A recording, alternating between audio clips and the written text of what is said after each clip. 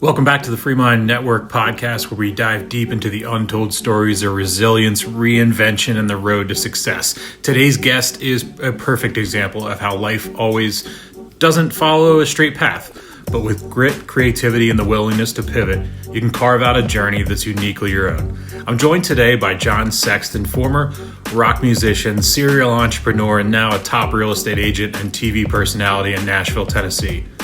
From touring with country music legends to building a multi-million-dollar real estate empire, Jon's seen it all. Highs, lows, and everything in between.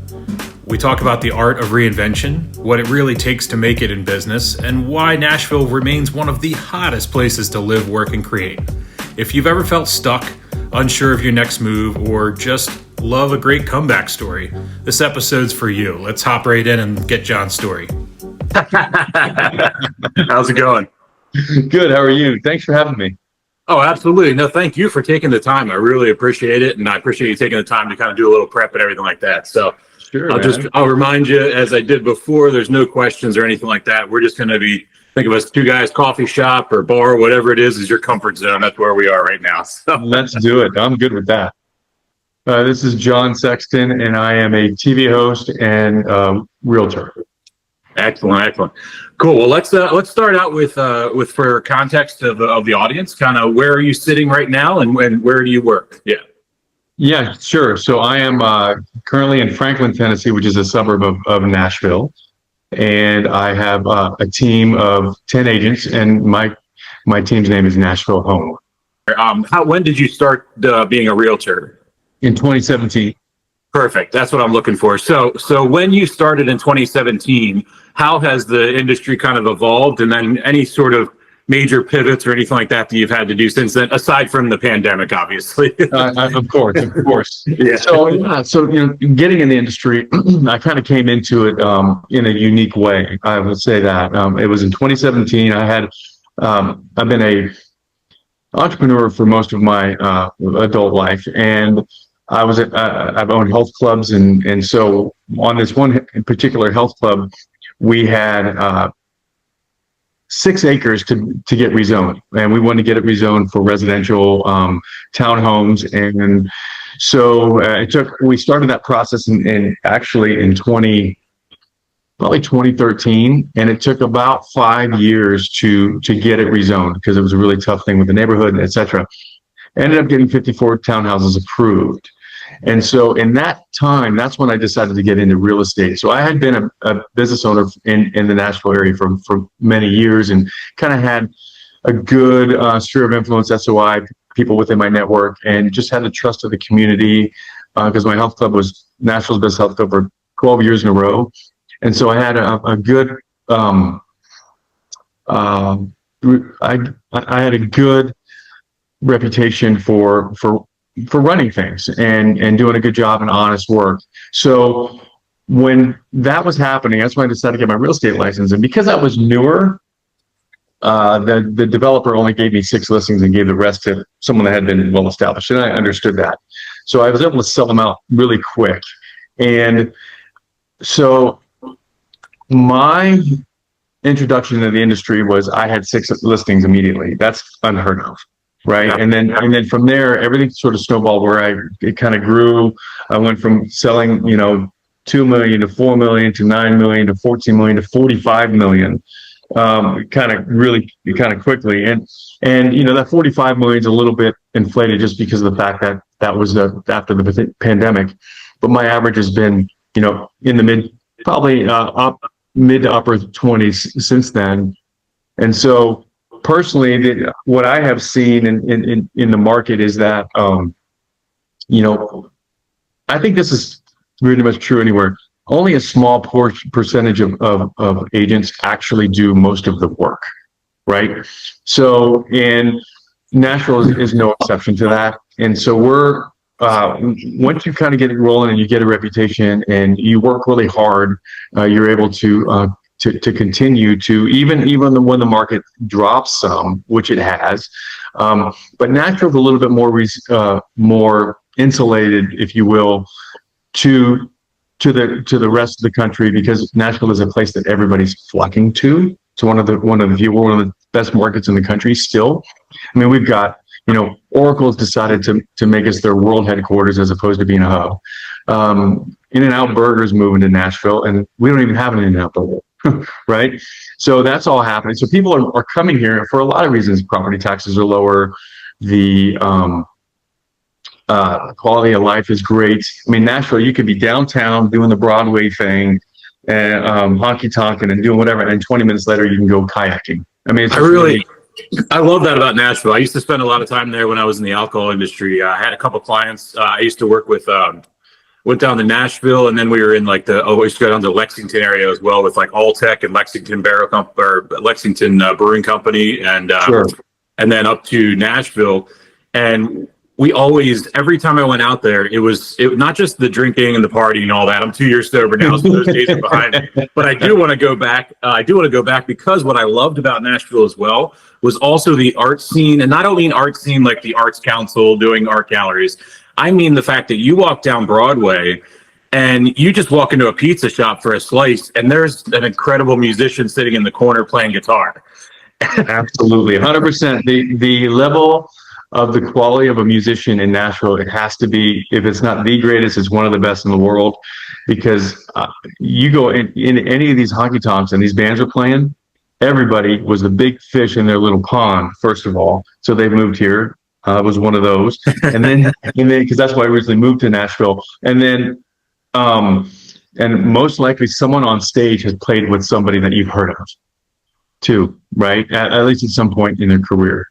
And a lot of musicians that are off-road, because you have to remember, these guys are hired guns. So when they're off the road, they're not really making money unless they're on a salary, but they have an opportunity to make more money. It's kind of, the cherry on top, being able to stay at home and go out and play a few gigs while they're home and then go back on the road. Yeah, it's one of those things that a lot of people don't realize, that, the touring gigs or the studio session musicians and also the touring musicians. It's not one of those things where you got a year-long gig and you're caked with that tour. I mean, you still need to find a job to finish out the rest of the 12 months and continue to go from there. And also, it's one of those things I like that too, that there are a lot of times the faceless people. You don't notice the band on the tour, you don't notice the studio people, but you can go to Nashville. It's like the only place. I mean, I travel around the country a lot for work, and it's one of the only places where you can guarantee to see content and quality people just all day, all night long. Without a doubt. And it's really interesting too, because I'm going to dive into, because I've been on the road and I've had lots of experience in that music industry, and having lots of friends that play with some major artists. And it's like, in the NFL, there's only 32 punters, right? There's no backup punter, right? And so when you get let go, okay, because I had a friend of mine that was playing with someone very prominent, and they fired the whole band. And these guys, they've been playing with this well-known artist for many, many years. These guys could not find a gig, because people aren't just going to say, get rid of their drummer or get rid of their bass player or whatever, just because now I'm available. So it's really, once you lose a gig, it's hard to, no matter who you're playing with, it's hard to find a gig, of the same caliber. And the next thing you know, they're going from playing stadiums to small clubs. And it's just, there's got a big ego check there too, right? That's the biggest thing, I think. I don't know if I shared this in the prep interview, but that business was founded in 2008, and it was a marketing and PR agency. Originally, it was very much started for booking bands. So it was started out as a band booking business, and then as from there it evolved into breweries and wineries and distilleries wanting to sponsor the band shows, and then that launched me into a 15-year career in the alcohol industry. So it's one of those things where I was in high school and I was a shitty musician, and I realized I was good at business and sales. So I was like, well, I can still follow my love of music. So I definitely, I'm always paying attention to music. And one of the reasons I always still pay attention to music is because music and arts influences the local community. So where I'm going with this is tying in that arts and that tourism, and then how does that relate to the real estate market? Obviously, like you just said, it's led it to be a very popular place for people to move into. Well, and Nashville is very centralized. That's why musicians move here, right? As opposed to if you live on the coasts, if you want to go play, you're in LA and you got to go play New York, you got to work your way all the way back. and it just takes a long time to get back home. Here, you can go up north, come back. I mean, you can have just, long weekends and live that way comfortably. And so a lot of guys, they tour Thursday through late Sunday, and these are the major players. That's how they line it up. So they get to be home more. It's also, I follow a lot of different podcasters and things like that. And it is interesting when you, one like Theo Vaughn, for example, a comedian there, it's interesting. His entire clique of people that he hangs out with, they all live in Austin, obviously, and Austin's trying to be the Southern Nashville and all that jazz. And Austin thinks we're trying to be them. Exactly. But I'll stand with you that you were Austin before Austin was Austin. That's exactly right. I think so too. Yeah, and so what I'm going to say is it's one of those things that it really holds through for Nashville in the testament of it, because he talks about it a lot in his episodes, and he talks about why he stays, and he really refused, even though all of his best friends and all of his coworkers are thousands or hundreds of miles away or whatever, he wants to stay in Nashville because he loves the community, and it's really interesting to hear him reiterate that so much when he's under so much pressure professionally to consolidate and be more efficient with everything. But for him, it's there. But let's talk a little bit about you. You started out in real estate in 2017, but obviously you were in the development work prior to that. Take me a little bit farther. You've always been in small business and everything like that. Take me to freshman year of high school. Where are you geographically? Okay, so freshman year in high school, just past the 5 foot. I think it's about 5'2" about that time, just so you know. I grew up to be 5'10". So I'm from a town called Visalia, California, which is Central California, San Joaquin Valley. San Joaquin Valley is well known for, it's like, I think 40% of the world's produce, don't quote me on this, but like 40% of the world's produce comes from the San Joaquin Valley. So my dad was in the agriculture business. And so I grew up there. I had, and then I went to college. I played basketball and tennis in junior college, and then I transferred to Fresno State, the Harvard of Central California, and graduated from there in '95. And I studied public relations and communications. And so, but during that time, after I realized that I wasn't going to be an NBA player, and I lost more than I won in tennis. So, I really dove into my musical direction. And so I've always been a dreamer. Like, I was going to be here I am, 5'10" and white, thinking I'm going to get to play in the NBA, and I'm just telling you, I was going to go against the grain. And then, but no, so I started playing in this band that was, I'm not even a country guy, but it was a country pop band. It was really best band I've ever been on. I've been in a lot of bands. The musicianship was really great. So it was country pop before country pop was a thing. And we opened up for like Toby Keith, John Michael Montgomery, Patty Loveless, Pam Tillis, a lot of really great acts. And so when I went to Fresno State, I would brought my CD at the time. I'd go give it to the professor and say, hey, here's what I'm really working towards. My education is important. I may miss a little bit more than normal, but I'll get my work done. And they always appreciated that. So, and I did get it done. And except for my last semester, I was D for degree. I could care less. I got it. I was all good. So after I graduated from Fresno State, the band ended up breaking up, which was heartbreaking. So I moved to Nashville because that's where all my connections were. And the lead singer of that band moved to Nashville with me. Our bass player, which I'll get to, is a fun story. He ended up going to Berkeley School of Music, and in Boston. But so we, and anyway, so moved out here and decided, you know what, I'm not going to be a starving artist. So I was a certified personal trainer, and I started my own quote unquote personal training business. I got a waiting list within 8 months. So my goal was to be able to really be sustainable here while I was on the road pursuing music. So I was able to accomplish that. So I hired a team to where I was able to make money while I was gone. That was kind of the whole idea. So pursued music, I ended up in a band that, so I'm so backwards. When I was in California, I was playing country. When I come to Nashville, I play rock and roll. So I was in this band. You said at the beginning, though, you're an against the grain mindset. Exactly. So I like it. So I ended up, our band was very pop rock, very Jimmy Eat World, Blink 182-ish at the time. This is the late 90s, early 2000s. What was the name? Because that's my favorite part of this stuff. Okay, so Stereo Bliss was the name. Now, have you seen that movie, That Thing You Do? Oh, of course, yeah. Okay, so you remember when they started off as the Wonders, but they kept being called the Oneaters? Yeah. Yeah, because they spelled it differently, O-N-E, right? So, and the guy would get up on the mic and have to correct everybody. Well, we were the same thing. Stereobliss was one word with one S at the end, so we were then Stereobolus. All right. I gotta join you in this.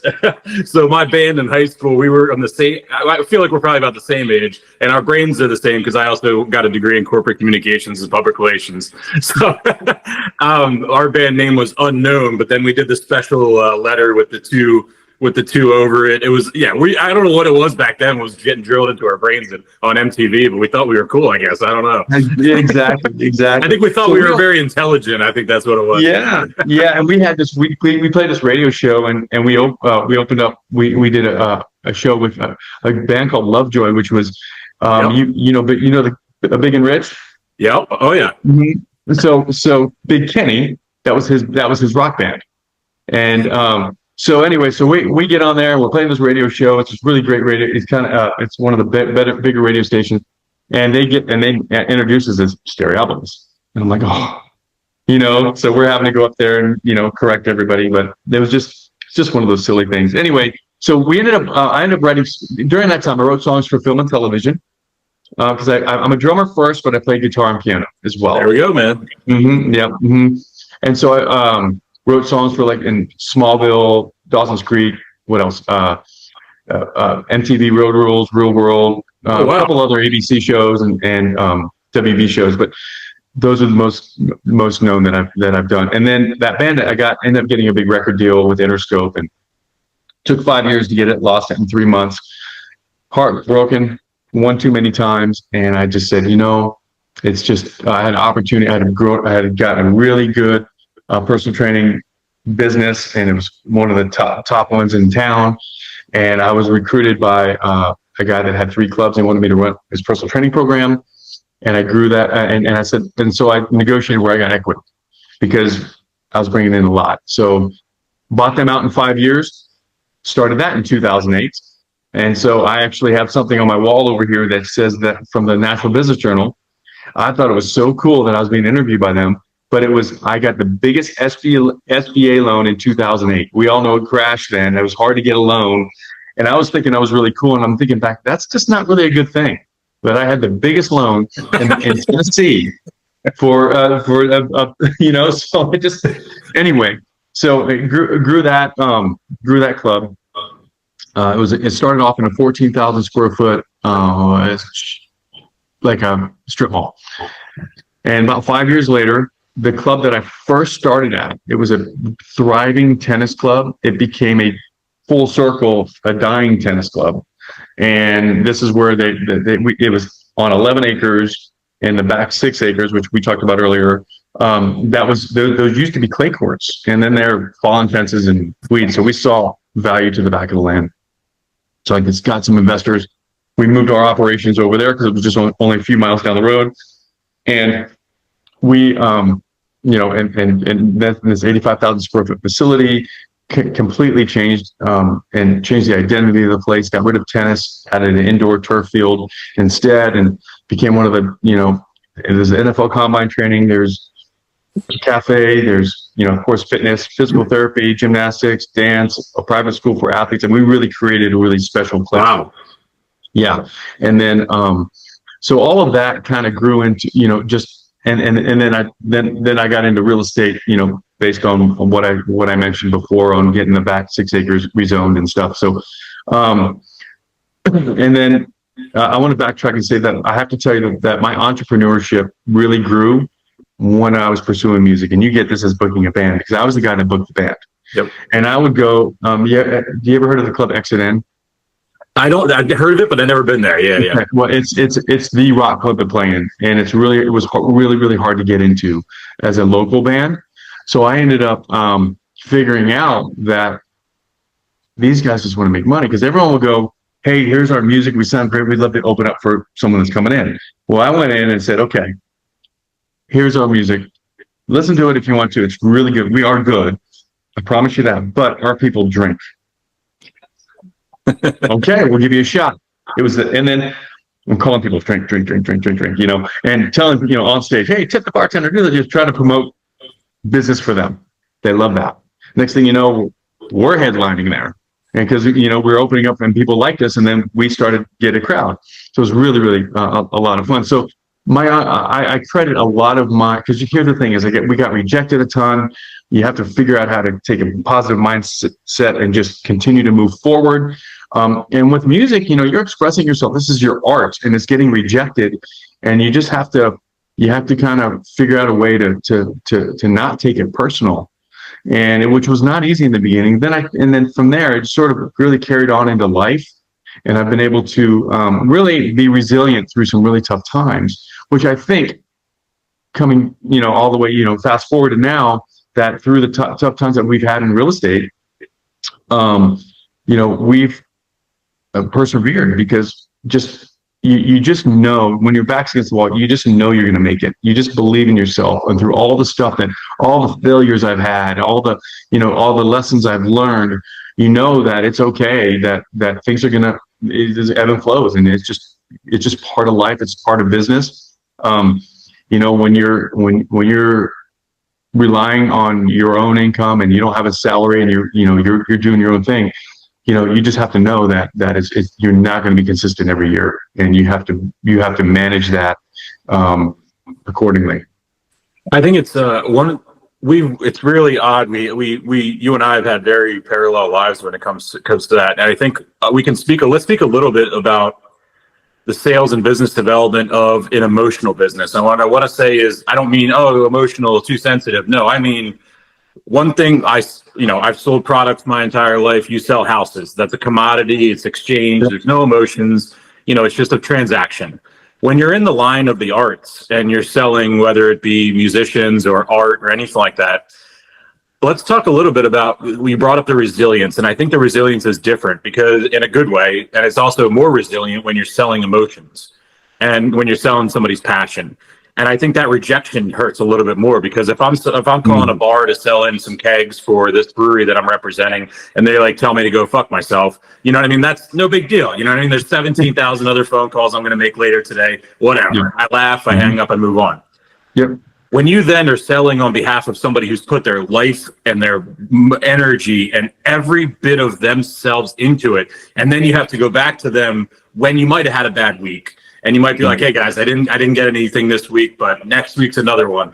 Let's talk a little bit about that type of resilience, because that's one that not only are you with a finite amount of passion and energy that they can use to produce those things and reproduce new things that are uniquely different, but also it feels personal sometimes. And I remember when I had 25 bands that I managed. And I just remember the heartbreaking conversations I was having, because also at the same time, they want to have complete faith in you to nail every single deal so that they can pay their rent.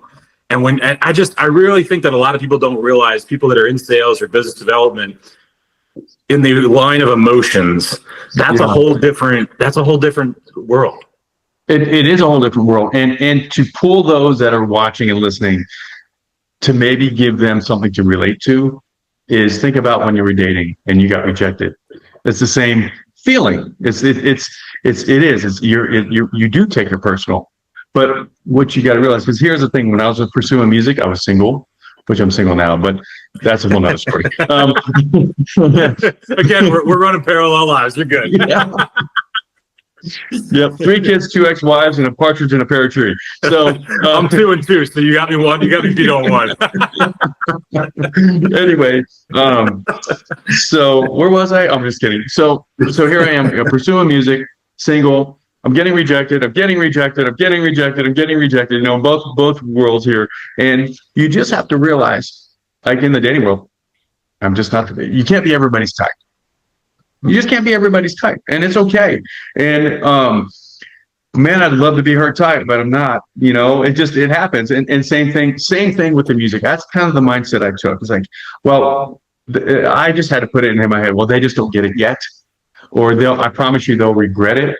Or, you know, because you just believe in yourself, you know your value. So if you let other people's opinion affect you and devalue yourself, then that's a tough way to live. But if you know where your value is and you just realize, you know, you're going to get a whole lot of no's until you get to that yes, then it kind of keeps your spirits up. I think it's a powerful lesson that transcends any industry when it comes down to knowing your own self-worth, knowing your own value. Mm-hmm. And I think the tightrope, and I admittedly went to different extremes in my life. I started very young. I started working at 15 years old. So my times of when I got into senior management and ownership, I started this business in my senior year of college. Wow. So really, it's one of those things where it then led to a lot of big contracts. And there's different phases of my life where the ego got too far away from me when I was doing well. And a lot of that at the time, it probably was the partying and all that other stuff, but also it was my own mental health. And I don't mean like I was spiraling out or anything like that. Happened at different points. But at this point specifically, being able to understand your value and your worth while also not being egotistical maniac is a tightrope when the success is coming in. And then in reverse, it's the opposite when there's a drought. So it's like my extremes of life were either in my 20s, let's say, and then to the dip into the 30s. If I hit it, my ego was like, I had to work so hard to stay humble. And then when I didn't, I had to work so hard to get out of the gutter. Yeah, totally. And I learned later in therapy what was going on inside my head. So I'm telling you the story. In all this drama, we can talk about that later. But you know, and you know what? It's really, and it transfers just not just in any industry and in everyone's life. I mean, it's just and a really great book. And I'm not a real big self-help book guy, but I read many years ago by Eckhart Tolle, A New Earth. Have you read that book? Yeah. If you had, yeah, it's great. It just talks about, you know, just being and you know, and identifying when the ego is there.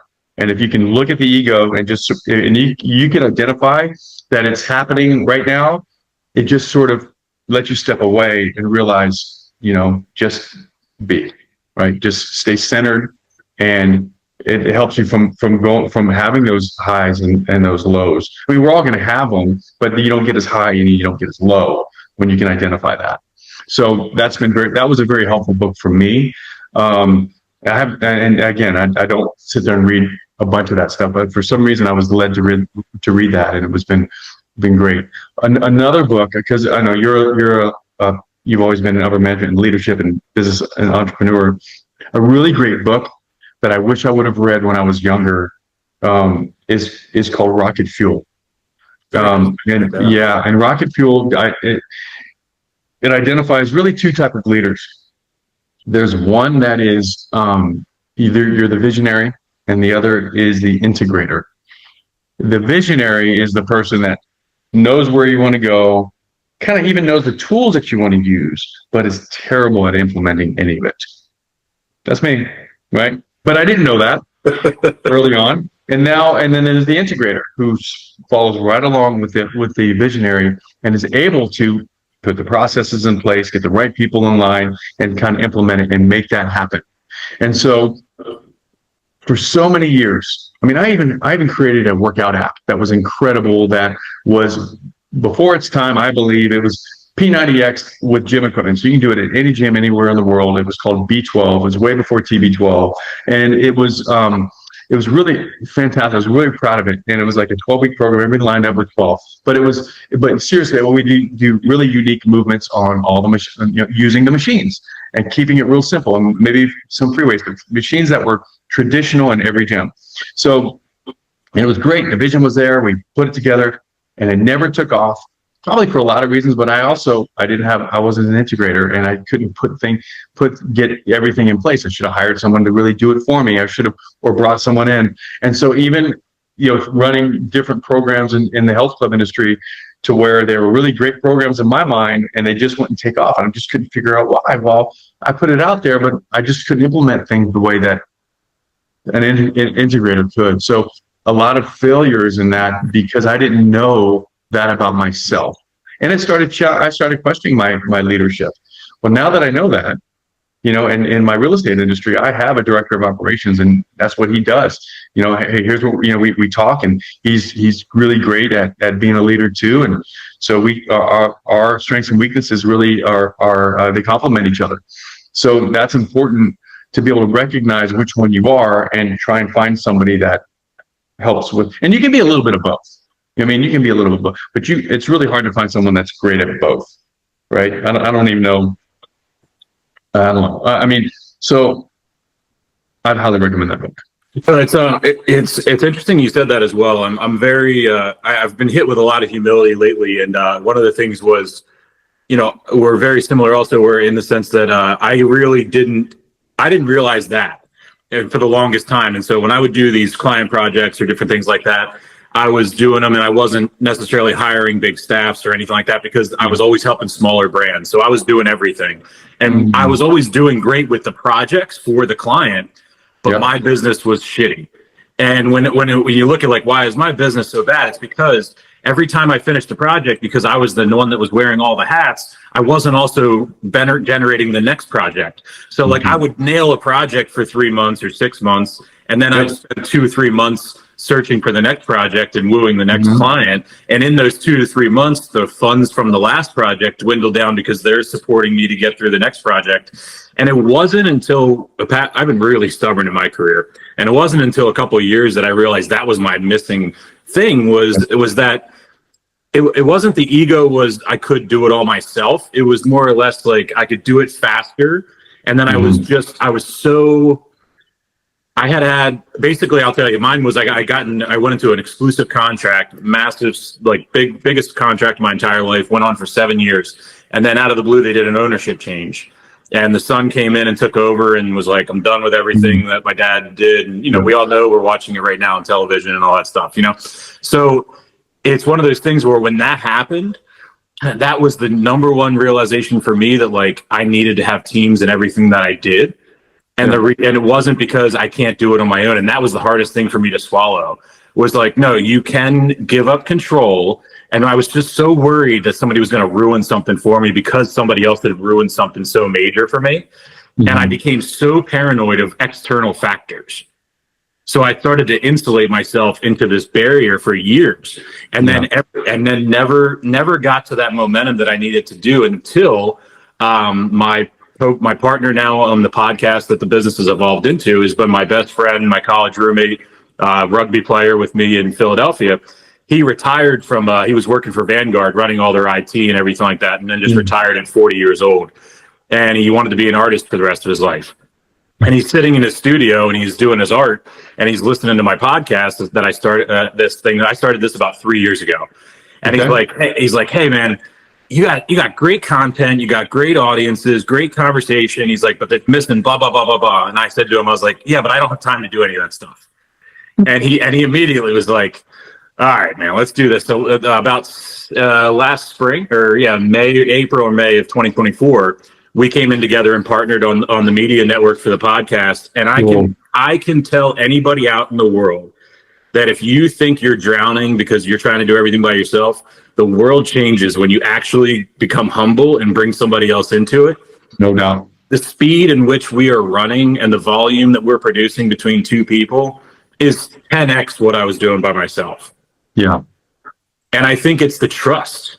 And I think that it's being able to trust someone and being able to fully lean into somebody and knowing that they're doing the same for you.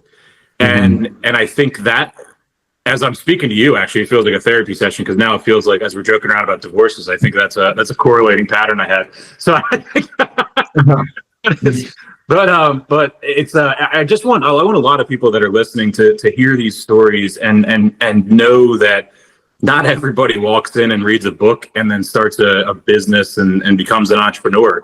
Everybody has to have trial and error. Everybody has to go into the lion's den every once in a while. Without a doubt. Mm-hmm. Tell me a little bit about, like, apart for you, like, give me a scenario. You don't have to name names or brands or anything like that, but give me a scenario where maybe something where you thought maybe this wasn't going to be the path for you. Like maybe it was a hurdle that happened, or, you know, a financial situation that occurred, or whatever it is, where you felt like I might have to go do the traditional route. Well, it's happened quite a bit. I knew there wasn't going to be one. So. yeah, it has. And so, gosh, I'm trying to think which one I want to tell you about, but I will say that in 2010, Nashville was flooded. You know, it had a big flood. I don't know if you remember that, but and the area that my neighborhood in particular was one of 3 homes that were untouched. All right, but my health club was right. It wasn't flooded either, but almost all of our members were. And so during that time, I had to make a decision on how I was going to handle this. There was no way, if I was going to be a businessman and just keep charging people during this terrible time, or was I just going to be a human and neighbor and would do the right thing, which is, you know, just pause until they're ready to come back because their life is in shambles. And so, of course, I did, you know, people over profits. That's the route I chose. And I just paused everyone that needed it. I paused their membership, and it really crushed us. I mean, I would call the bank. I was like, trying to say, look, here's what's happening. I need I didn't take a paycheck for 6 months personally. Now, everyone else on my team got paid. I didn't take it. Almost lost my house. I had just finished my first divorce, and had, you know, and just so there was a lot of things that were happening all at the same time. And I thought, okay, I don't know if our club's going to make it. I don't know if I may have to file bankruptcy. I'm going to have to kind of go and figure out how to get in the corporate world or figure out how to get a job. I've never been hired, but I've always had to basically buy my own jobs. I've tried to be hired, and I just, on paper, because we're just such entrepreneurs, it's hard. We're hard. We can't get an interview.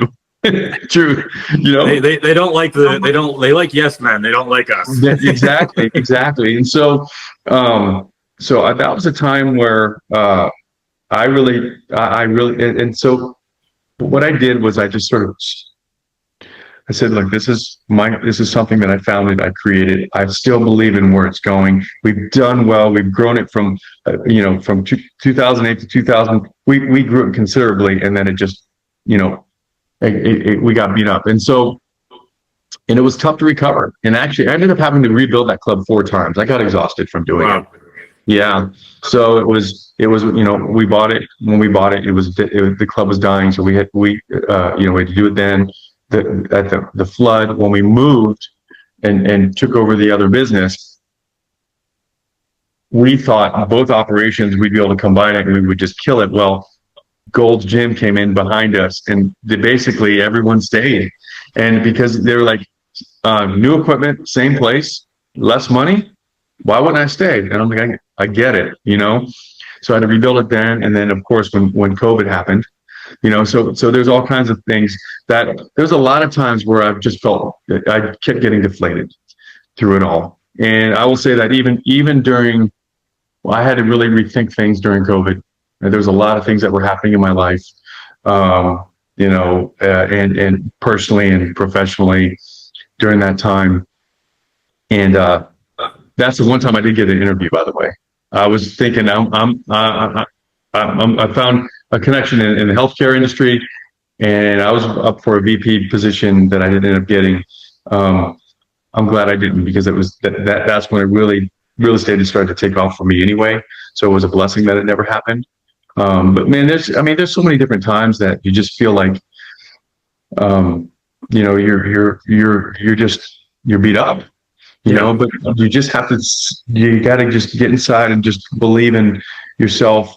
Now there comes a time where it's, you know, you have to let it go, or you've got to pivot. You always have to be open to pivot. That's one thing that I think I've been really good at, is just, it's not working. I maybe went a little bit too long on it. Let's get out of here. Let's go this direction.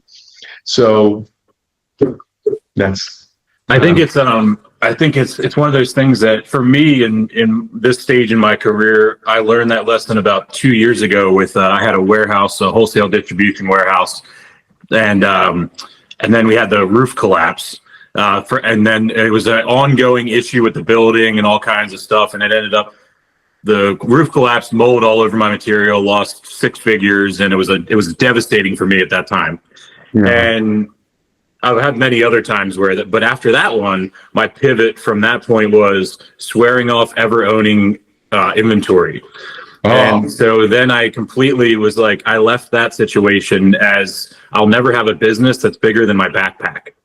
Yeah. And so I appreciate that. It's one and I've stuck to it. And with the podcast, I'm making sure even when I'm buying equipment, it's like, if it can't fit in the backpack, it's not getting purchased. And a lot of people always ask about the podcast. They're like, you always have different scenes. You're in hotels, you're outside. I'm like, yeah, I'm not a studio guy. I was never a desk guy. It's one of those things where if I sat in a studio 8 hours a day interviewing people, you wouldn't get the same personality out of me, and then you wouldn't get the same stories out of the people. If I'm reading a script, I'm stiff. I'm horrible on teleprompters. Yep. And it's one of those things where it's like after that moment when I lost all that money, and it wasn't. Unfortunately, it's still. I guess it'll be someday. It'll be a pending legal thing. But yeah, the insurance company was just like, no, it's the landlord's fault, and the landlord said, no, it's the other. It's everybody pointed fingers, and then I'm standing there holding the empty bag, and it's one of those things where I wanted. It was probably one of the lower points of my life, and also but it was the pivot. And so it wasn't, okay, I'm going to dig deeper into this because I was right, because I was right. It was the right timing. It was the right products. It was the right market, but I was undercapitalized, and I had let's call it a natural disaster and a shitty landlord that then left me in a situation where I was zero capitalized.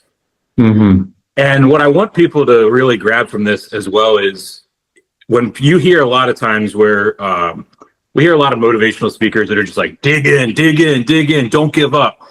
I appreciate you saying that it's okay to pivot, because it frustrates me a lot to hear the motivational, inspirational stuff, because if you're not knowing the context of that and you haven't yet experienced those trials and tribulations, you don't understand what that statement is. And that statement doesn't literally mean barrel through at all odds and lose your home. I've had the sheriff show up at my house with serve me papers for my home.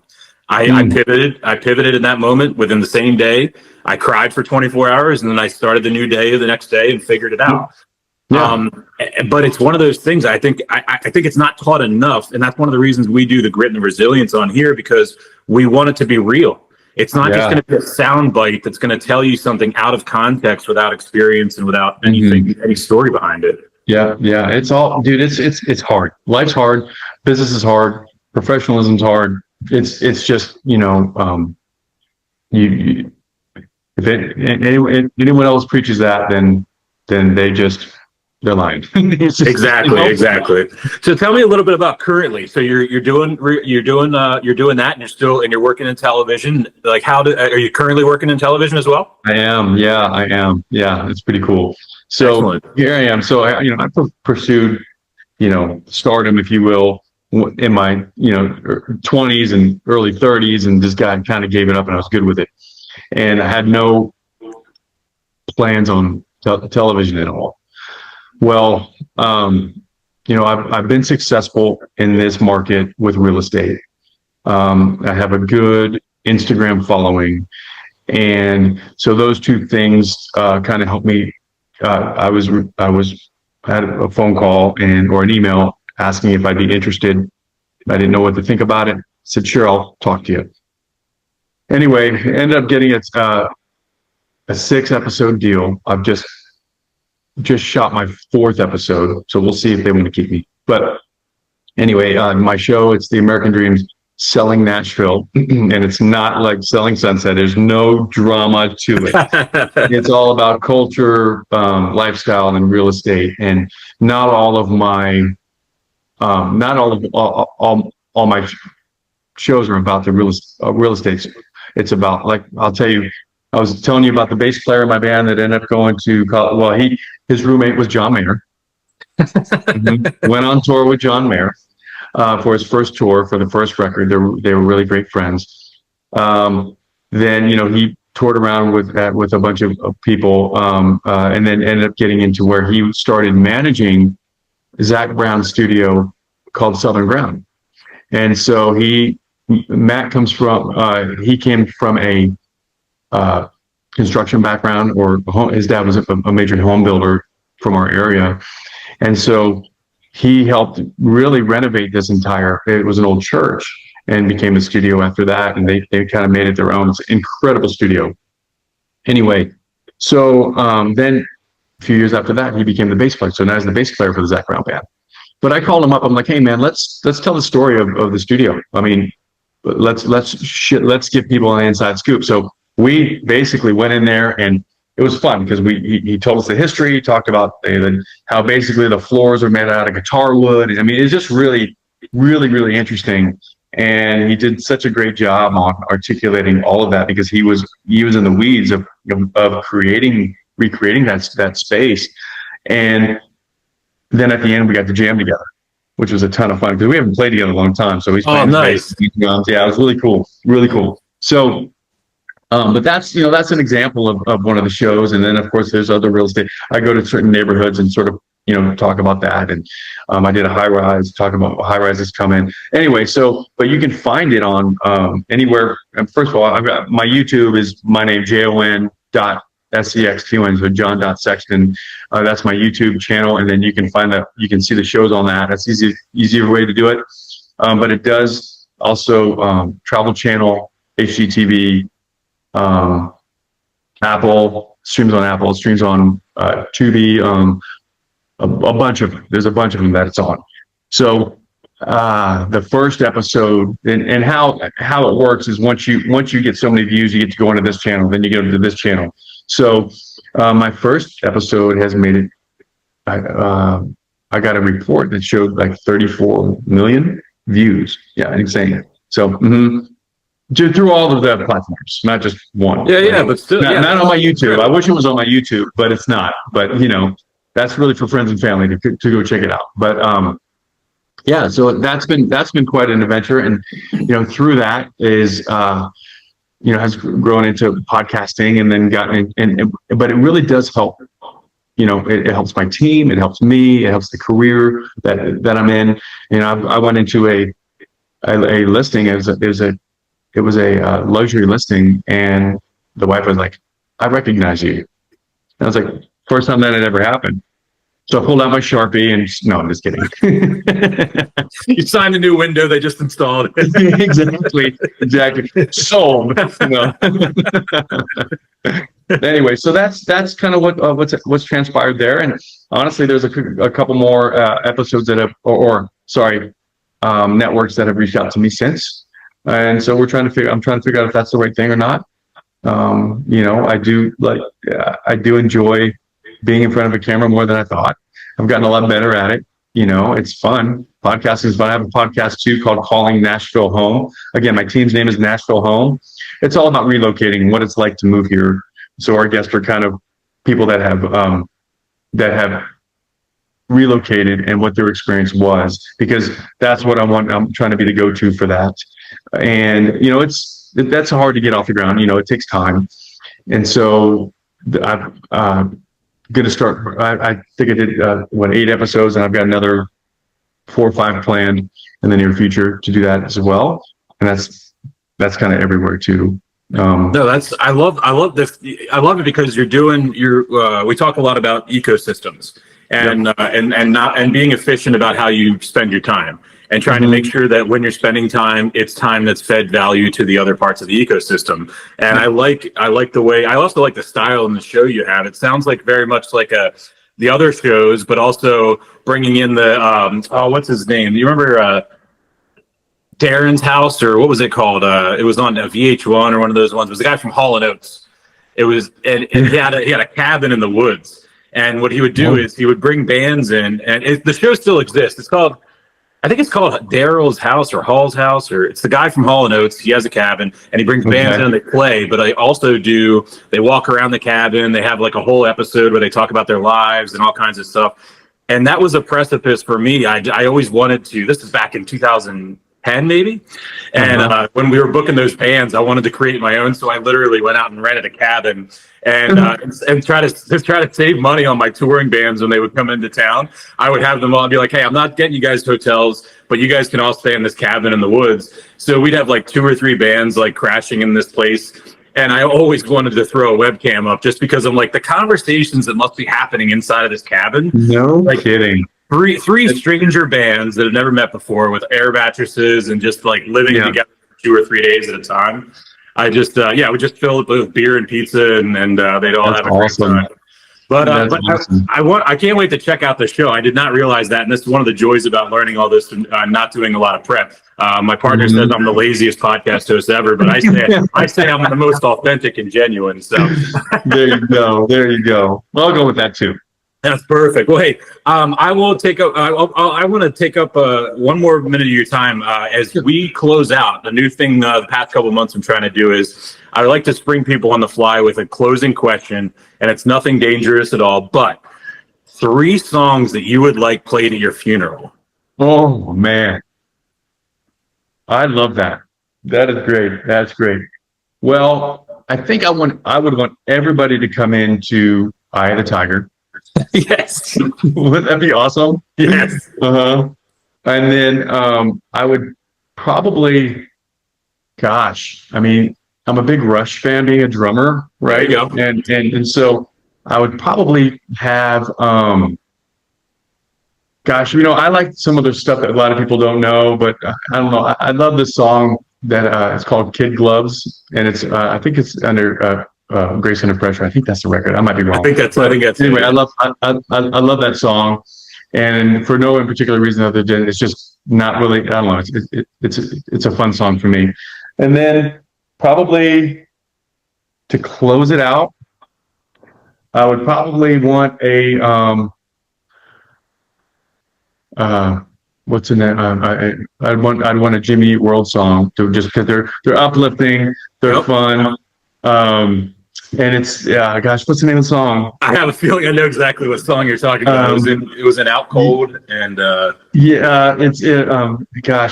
don't want to sing it out loud. I'm going to check my phone here because I really want that title to be heard. Here it is. It's Sweetness. We were on the same page. Yeah, Sweetness. Because it's just uplifting, it's fun, and there you go. That intro right off the bat. You know what I mean? It'll grab everybody, man. Exactly. So there you go. Those would be my 3. That's perfect. Well, hey, John, I appreciate you taking the time, and I don't say this often, but when I to a guest. But I will be reaching out to you when I'm in the Nashville area because I have a feeling. Yes. I have a feeling that we would get along very well. No doubt, 100%. Please do. So we will be in the next few months. We will be on the road and everything like that, going out, and we're doing new episodes for our other show called FreeMind Local, where we literally go into businesses. We've been doing a bunch of those in the area around Philadelphia, and we go to their businesses and talk about small businesses in Main Street America inside of their actual businesses. So we do a podcast inside their business, and we're going to be doing. I'm going to be heading down and driving around and doing it other places. Well, if you, I would love to be able to help you with. I've got a lot of friends that own small businesses in Nashville. I would love to be able to connect you. I think that'd be great. That'd be real. I was not even asking for that, but that would be awesome, man. That would be really cool. And I look forward to many more conversations with you, man. I'm so glad we were able to carve out. Me too, brother. Yeah, thank you. All right, you enjoy the rest of your day. Thank you so much, man. I appreciate it. Thanks, Nate. Bye. Take care.